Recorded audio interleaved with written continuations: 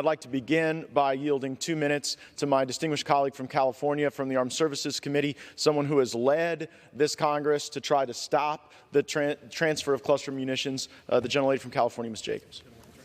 The gentlewoman is recognized for 2 minutes.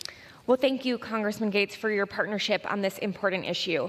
Many of us have this idea of American exceptionalism, that America is set apart from the rest of the world. Well, that's certainly true when it comes to cluster munitions and not in the way that we want.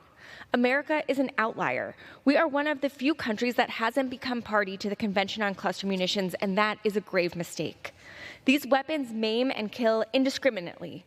In 2021, the Landmine and Cluster Munitions Monitor found that over 97% of casualties from cluster bomb remnants were civilians, and 2/3 of those were children.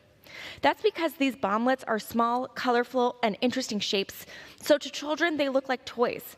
So when kids find these unexploded bomblets stuck in trees or in the water or simply on the ground and try to pick them up and play with them, they can lose a limb or their life in the blink of an eye. And unfortunately, there's no amount of guardrails or promised precautions for cluster munitions that are enough. These weapons are unpredictable, and the human cost is far too high to justify. Now, let's be clear. This isn't about one country. This is not about Ukraine. This is about protecting civilian lives and ensuring our national security all over the world.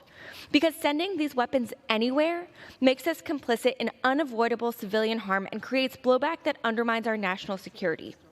Our partners and allies look to us and expect us to do the right thing, to protect the marginalized, defend human rights, and strengthen democracy.